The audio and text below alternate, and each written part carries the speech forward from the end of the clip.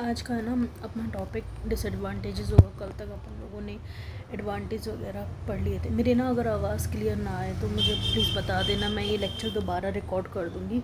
होली की वजह से थोड़ा तबीयत ज़्यादा ख़राब हो गया, ठीक है। तो इसमें ना एक चीज़, पहली चीज़, अपने डिसएडवांटेजेस में ये डॉक्ट्राइन आती तो है, बट ये डॉक्ट्राइन ना तेरी एक तो बहुत ज़्यादा इम्पॉर्टेंट है। तो ट्राई करना कि इसको, वैसे तो ये जो पूरा एक फेज़ है इसके ऊपर, ये सफिशिएंट है। बट अगर तुम्हारे टीचर्स इस पर केस लॉज लिखवाए ना, क्योंकि अब टीचर तुम्हारा क्या लिखवा रहा है वो मुझे नहीं पता, तो इसमें ना यहाँ जो स्पेस है इसमें केस लॉज ज़रूर मेंशन करना, क्योंकि हर टीचर का अपना अपना कुछ एक ऐसा ना, मत क्या बोले उसको, फेवरेट केस लॉ होता है। तो वो प्लीज़ ज़रूर नोट कर लेना। बाकी मैंने मेरे टाइम पे तो यही याद किया था, ठीक है। अब अपन पहले इसके डिसएडवांटेजेस के बारे में बात करते हैं, ठीक है।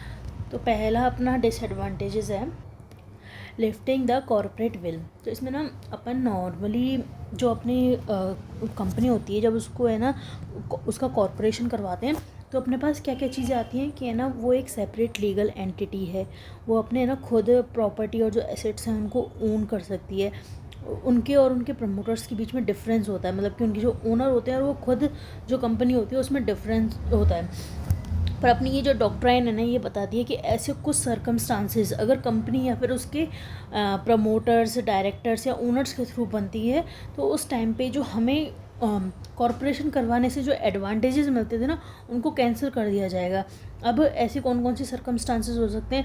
कोई सिक्योरिटी वाला हो गया, कोई कंपनी ने फ्रॉड कर दिया, टैक्स इवेक्शन, मतलब कि ना टैक्स से बचने की, एक होता है टैक्स से बचना और एक होता है टैक्स से भागना।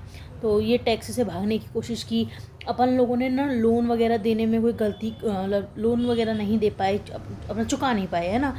तो है ना, कोर्ट को अगर ऐसा लगता है कि अपने पास जो कॉर्पोरेट के लिए, मतलब इनकॉर्पोरेशन करवाया था ना अपन ने अपनी कंपनी का, वो गलत है, तो वो किसी भी टाइम उस चीज़ को कैंसिल कर सकती है और बोल सकती है कि आप में और आपके प्रमोटर्स में कोई डिफरेंस नहीं है, इसलिए आपके प्रमोटर्स की प्रॉपर्टी में और आपके प्रॉपर्टी में कोई डिफरेंस नहीं है। अगर ठीक है, अब इसके एग्जांपल समझ। XYZ कंपनी है, उसके पास इतने सारे एसेट्स हैं। अब उसने कोई लोन लिया हुआ था, अब वो लोन नहीं चुका पाई, मतलब इसको पूरे को बेचने के बाद भी जो पर्टिकुलर उसका, जैसे कि मान 1 लाख रुपए का लोन था, और इस पूरी प्रॉपर्टी को बेचने के बाद, पूरे एसेट्स को बेचने के बाद भी वो 1 लाख नहीं चुका पाई, जैसे 70,000 दे दिए ना। तो इसके जो पार्टनर्स थे ना, ABC पार्टनर्स हैं, तो अब इनकी जो प्रॉपर्टी है ना, उससे अपन को ये 30,000 निकालने पड़ेंगे। पर ये 30,000 इनकी प्रॉपर्टी से अपन तभी निकाल सकते हैं जब ये जो अपनी कोर्ट है ना, वो ऐसा ऑर्डर पास, ये इस डॉक्ट्राइन के अंदर ऑर्डर पास कर दे, ठीक है। अब दो चीज़ आ रही होंगी दिमाग में कि ये भाई कैसे कैसे तो ये बांटेंगे। तो अगर इनके ना डॉक्यूमेंट, जब इनकी पार्टनरशिप हो रही है ना, तो उसमें अगर क्लियर लिखा हुआ है equal loss and equal profit, तो ये है ना 1:1 के रेशियो में बांटेंगे। और अगर कोई स्पेसिफाई है कि नहीं भाई, मैं तो है ना पर्टिकुलर, जैसे कोई 8% है, तो मैं भाई इसका 50% लूँगा, एक बोलता है नहीं भाई मैं 2% ही लूँगा, और एक बोलता है मैं 1% ही लूँगा, तो उस हिसाब से। पर इन केस अगर कहीं पे ऐसी सिचुएशन क्रिएट नहीं है कि हाँ हम इस पर्टिकुलर रेशियो में ही लॉस या प्रॉफिट कवर करेंगे, तो उसका अपन इक्वल ही मान के चलेंगे, यानी कि 1:1 में ही देना पड़ेगा, ठीक है। वही चीज़ तुम्हारे सेम एग्जाम्पल में बोली है। और ये केस अपने लिए ना इसलिए इम्पोर्टेंट हो जाता है कि इसी केस में सुप्रीम कोर्ट ने एक्सप्लेन किया था कि डॉक्ट्राइन ऑफ कॉर्पोरेट विल होता क्या है, ठीक है। ठीक है, चलो फर्स्ट ये थोड़ा इम्पोर्टेंस ज़्यादा है ना, इसके केस लॉ ज़रूर ध्यान से लिख लेना, ठीक है। सेकंड आता है, सेकंड आपका क्या है डिसएडवांटेजेस है इनकॉर्पोरेशन में। तो फॉर्मेलिटीज़ और एक्सपेंसेस, मतलब कि ना अपन कंपनी को अगर रजिस्टर्ड कंपनी बनाते हैं ना, तो पहली चीज़ तो आपके ना उसके लिए एक एडिशनल स्टाफ है ना, उसके लिए सेक्रेटरी, ऑडिटर, ये लोग सब ना अपॉइंट करने पड़ते हैं, हायर करने पड़ते हैं, जिससे कंपनी का जो वर्क है आपका सिस्टमेटिकली तरीके से चलता रहे। क्योंकि अगर कंपनी के एक डॉक्यूमेंट में A+B=C लिख रहा है, और अगर दूसरे ही पल वहाँ पे A-B=C हो गया, तो इस चीज़ की अपडेट भी अपन को रजिस्ट्रार को देनी पड़ेगी। अब जो ओनर हैं, प्रमोटर्स हैं, वो हर बार एक एक चीज़ को देखना उनके लिए पॉसिबल नहीं है।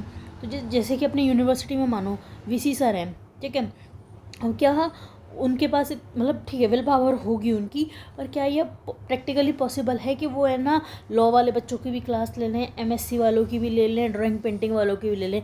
नहीं ले सकते ना। तो इन्हीं तीनों के लिए उन्होंने टीचर्स हायर किए।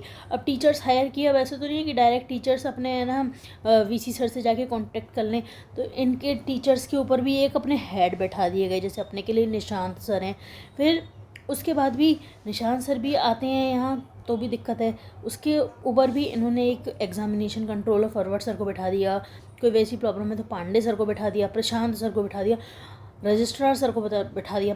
पर अगर कोई प्रॉब्लम इन तीनों से भी सॉल्व नहीं हो रही तब वीसी सर के पास जाना है, वो वाली चीज़। अपडेट हालांकि सब चीज़ की वीसी सर के पास जाएगी, पर या फिर हमारी जो प्रॉब्लम है वो सब वीसी सर के पास जाएंगी, और वीसी सर का जो ऑर्डर है वो सब हमारे पास आएगा। पर ये डायरेक्ट कम्युनिकेशन नहीं, एक हाई लेयर की है।